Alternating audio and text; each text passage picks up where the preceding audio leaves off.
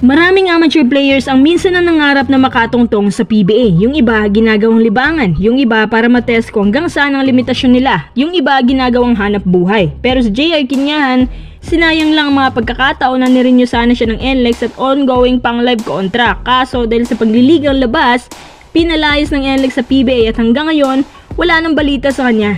Tara, ating nga alamin kung ano na naging buhay ngayon ni JR Kinyahan matapos paalisin sa PBA. Ngunit bago natin ipagpatuloy, kung meron kayong naalalang players na kaka-retire lang or yung mga players na biglang nawala sa PBA, paki-comment naman at gagawin natin ng video yan. Tara, talon tayo sa video.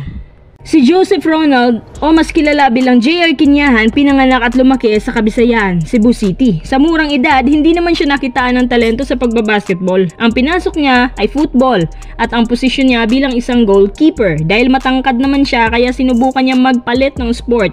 At ito na nga ang pagbabasketball. Nakitaan siya ng malaking talento sa basketball nung nagkolehiyo siya sa University of Visayas. Siya pa ang star player dito. Nakakuha siya ng 5 CESAFI titles at 2 CESAFI MVPs. Bukod dyan, nakapaglaro din siya sa PBL. Sa kanyang playing style at hubog ng katawan, binansagan siyang Baby Shaq. At bukod sa PBL, nakapaglaro din siya sa tinatawag noong MVBA. 2007, pumasok na si Kinyahan sa PBA at kinuha naman ng Alaska Aces 7th overall pick. Dito sa Alaska, medyo hindi naman siya bumagay sa system nila dahil nakapagtala lamang siya ng 2.9 points, 2.7 rebounds na may 9.7 minutes playing time sa loob ng 39 games. Kaya taong 2008 binigay na lang siya sa Burger King at dito niya naitala ang kanyang career high 23 points. 2010 na-i-trade na naman si Kinyahan sa Talk and Text kapalit ang 2 players pero ilang buwan lang lumipas binalik siya sa Burger King na naging Air 21 Express. Ilang buwan ulit ang lumipas na ilipat na naman si Kinyahan sa Powerade Tigers. Taong 2011 finally lumanding siya sa isang team na kung saan siya naging fit, ang Rain or Shine. Naging magandang tandem nila ni Extra Rice Bo Belga. Naging maganda pang debut game niya dahil nagpaulan sila ng 3 laban sa Meralco hitting 22 3-pointers at naitala pa yon sa Ross history. Hindi lang yan, maganda din ang pagkakabuo-buo ni Coach Yang sa mga players nila nun. Nasa prime ang kanilang mga shooters kaya nanalo ang Ross taong 2012. Pero sa basketball, hindi naman laging fairy tale ang kwento. Dahil kilala naman si Kinyahan na mahilig makipagbasag ulo sa mga kagaya niyang mainitin din ng ulo, kaya ilang beses din siya nakakaranas ng flagrant fouls at ejections. Sabi nga nila, nagmana talaga ang buong Ross sa kanilang coach na si Yeng Giao.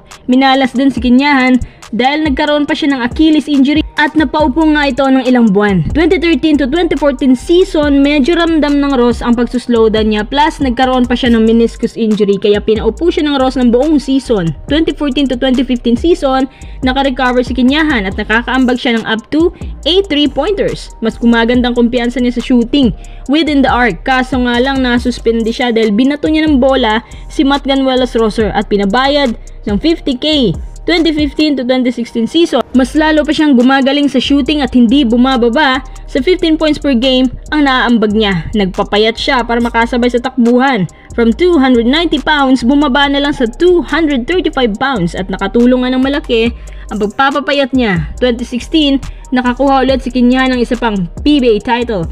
Pero sa taong ito, tuluyan ang binitaw ng Ross si Kinyahan patungong Global Port at napabilang naman siya sa All-Star. Naging top contributor pa nga si Kinyahan si Global Port hanggang sa nagkasama silang muli ni Coach Yang nung na-trade siya patungong NLEX.